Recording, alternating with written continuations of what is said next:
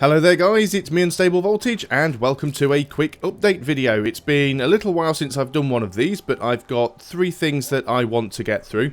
First of all, next week. Next week there probably aren't going to be any videos on the channel, at least not my normal, everyday, regular programming. We've finished Civilization 5, I've also finished Europa Universalis 4.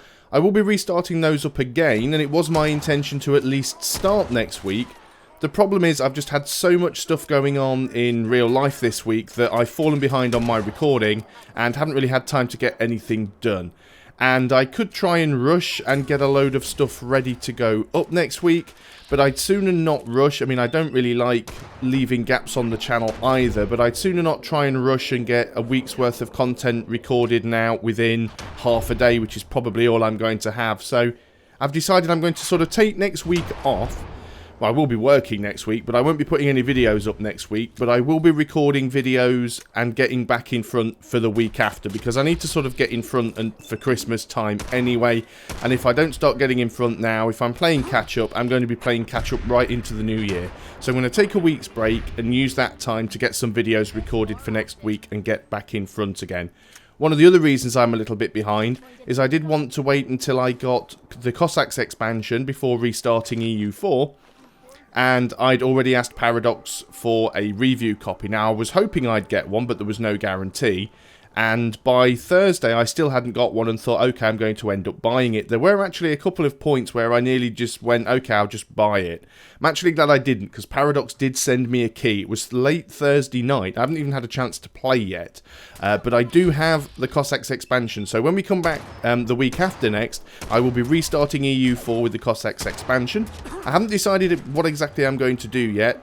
I know a lot of other YouTubers are covering the Hordes because it's the Cossacks expansion. It's mostly the Horde mechanics that have changed. I don't really want to do that. I mean, I haven't ever played as a Horde anyway, but there are so many other people playing as Hordes. What I'm quite interested in is that they have really changed the way that the random new world works, as well as colonization. So I was thinking maybe a game as Portugal, or maybe even playing as one of the Irish one province miners and attempting the Irish Exodus, which is where you establish a colony in the new world, you move your capital over to the new world, and then you play as a Western power in the new world. So I have to have a little think about it and decide what I'm going to be doing there.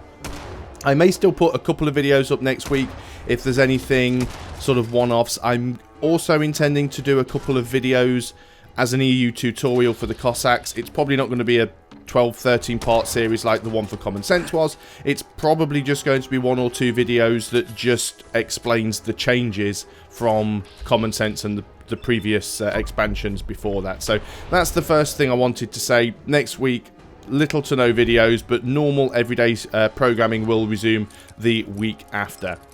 The second thing I wanted to do is put out a big shout out and thank you to all of my patrons who have supported me again this month. It's very, very generous of you. I'm still amazed that there are people out there that consider my content worth actually, you know, paying real money for them. Yes, I do get money from YouTube, but it's from the ads. It doesn't cost my viewers anything. But those of you who actually put your hands in your pockets and contribute towards me being able to keep the channel running, that is eternally appreciated. Now, we started talking about Patreon just over a month ago when YouTube Red was announced, and I was posing questions about whether or not YouTube Red was going to be better off for YouTubers or worse off for YouTubers, and if so, would it be affecting smaller tubers, bigger tubers? And the data still isn't really there. To be honest, I haven't noticed much of a difference. I've made a couple of dollars from YouTube Red, and I've lost a couple of dollars from my normal ad revenue, so it looks like it's around about even. That said, it's always hard to sort of measure up on a month-on-month basis. October was a brilliant month for my channel, not in terms of subscribers, although it certainly has been better than previous months, but in terms of views, it was the biggest month the channel had ever had. I had over 80,000 views in October, which compared to the month before, which was only about 60,000 views, and both of those months were the channel's two best ever months. Now, I know a lot of those views came from tutorials for EU4 because there was a big Paradox sale in October, and I got massive amounts of traffic to my EU4 videos and tutorials. Also, because of Chaos Reborn's launch, I got a massive amount of views to some of the videos there. Admittedly, 15,000 of those views were all on a single video over 2 days because a certain Wares site had embedded my video in their site as an example of gameplay footage. So my viewer retention absolutely tanked over those 2 days because of all the people going to this Wares site, clicking on the link, watching the video for 2 seconds and clicking off. So it was nice to get a massive influx of views, but I tried to sort of discount them in my head because I know they weren't real views. That said, even without those 15,000 views, it was still the best ever month the channel's had in terms of view numbers. November it was down, which I expected, but talking to a few other friends in the industry, they've all sort of said that November was down for everybody, so probably due to Fallout 4, a lot of people going off and playing that, so that is hardly a surprise.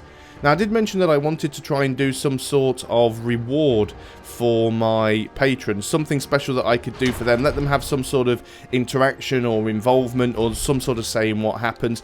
Nobody's really come forward with any ideas. I know it's not really up to you guys, I should be the one actually coming forward with the ideas, but I'm just absolutely stumped what sort of things you guys would like to see. So we're going to hopefully start working on that over the next month or so. We probably won't be able to put anything into practice until the new year anyway, but hopefully I can do something a little bit special to say thank you for those guys who do contribute towards the channel. That said, any of you listening to this who aren't supporting me and would like to, Patreon is definitely the best way to do it, because unlike YouTube's ad system, where YouTube takes 45% of the money to begin with, and then whatever's left is split between me and my network, Patreon, the whole lot goes straight to me, so that's definitely the best way of supporting me.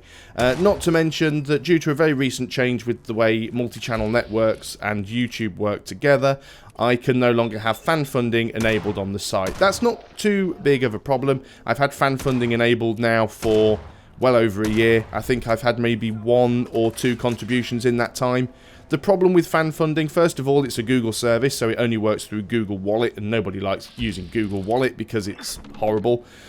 Secondly, it's only available to people in the US, Canada, Mexico, and Japan, which seems really, really strange. Now, while most of my audience does come from the US, because I'm in the UK, I cannot officially run FanFinder. I was able to run it, not FanFinder, sorry, Fan Funding. I was able to run it before on a technicality, that technicality being that even though I'm in the UK, my network is based in the US, and of course everything uses their AdSense account, so that's gone now. Link to Patreon is in the description below, and again, I've stopped advertising this at the end of every video because I felt really, really bad and cheesy for doing it, but this is an update video and I'm specifically talking about Patreon, so again, if anyone does want to support me, it is completely optional. I'm in no way going to ever put any of my content behind a paywall. You'll always be able to watch all of my stuff, even if you don't want to support me. Even if you have ad blocker, you can still get to watch everything. But those of you that do contribute, it is very, very much appreciated, and I'm really, really grateful for that. The third thing is, I mentioned a little while ago that I wanted to move away from doing my episodic series that I do, and quite a few people were a little bit miffed by that, because I know a lot of the people who subscribe to me do subscribe for my Let's Plays, and that's nice. I mean, I have over 6,500 subscribers. The majority of my videos, though, only get about 100 or so views, maybe 150. So out of all of those subscribers, I've only got about 150 regular viewers that watch all of my Let's Play content. If I put up a video that is a tutorial or a first impressions or a review or a preview or a developer spotlight, anything like that, anything that's a one-off, those videos tend to get upwards of 300-400 views plus. Now, most of the reason for that is there are subscribers who don't normally watch my stuff because they're not necessarily all that interested in it, and when something goes up that is new, they go, well, okay, I'll have a look and check it out, it might be something I'm interested in. Plus of which I tend to get a lot of traffic from non-subscribers. Now, I could just go and carry on doing Let's Plays forever, and the problem is I would still get some subscriber growth, but it would be very, very low, and all I'd really be doing is keeping my current subscribers happy and not really attracting a lot of new ones. I do want my channel to grow, and I do have to keep putting out new content, different content, in order to be able to do that.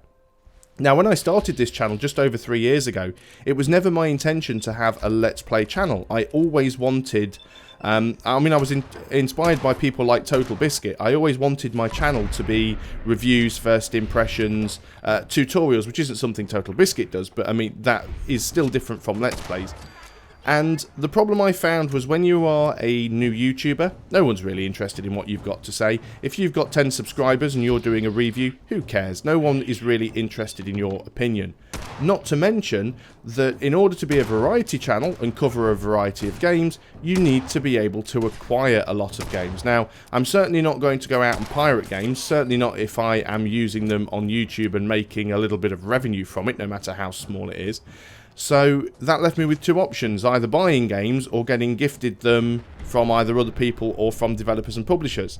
And developers and publishers don't usually want to give out free copies of games to a YouTuber who has 10 subscribers. Luckily, I'm now at the point where I'm big enough to actually start getting game keys from certain publishers and developers, which means I can cover a variety of games, and that is what I want to do. Now, I don't intend to completely stop doing my Let's Play series, but it is a little bit time consuming. The mindset I've had for the last couple of years, whenever I get given a game key to review, is I think my episodic Let's Plays always come first, because I don't like to have gaps in the schedule. So sometimes I will miss up on the opportunity to cover a new game or a new release when it's relevant and current, because I've used the little bit of free time that I had to record my episodic Let's Plays. So I definitely, going into the new year, want to start doing more stuff. I want to branch out. I want to start covering more games and doing a bigger style of videos, so actually going into those first impressions and reviews and things like that. So I will still be doing some Let's Plays, but the frequency of them might cut down a little bit. That said, I will be restarting EU4 with the Cossacks expansion, as I've already mentioned. We will be restarting Civilization 5, because we've got to do it on deity now. We've done every other difficulty. We've definitely got to go and throw down with that. I'm still very much hoping that I can do a dual Let's Play series of Divinity Original Sin the Enhanced Edition with my friend Shadowhawk 2012. It all really depends on his schedule, and it's not going to be until the new year, even if it does happen. So fingers crossed it can, but you know, it's always difficult when you're collaborating to get two people sort of in the same place at the same time, as it were. And then we will go from there. As always, if anyone does have any ideas or suggestions, please feel free to leave them in the comments. It doesn't necessarily mean that I'm going to pay any attention to them or take them seriously. But you know, sometimes people do come up with a few good ideas. But thanks a lot, guys. It's been a wonderful 3 years so far running this channel. I'm thankful to each and every one of you, those who watch my content on a regular basis, those who just pop by every now and then and watch the odd video. Without you guys, the channel wouldn't be as big as it is now, and I'd have probably stopped a long time ago. So thanks a lot, guys. I'll see you next time, and until then, goodbye for now.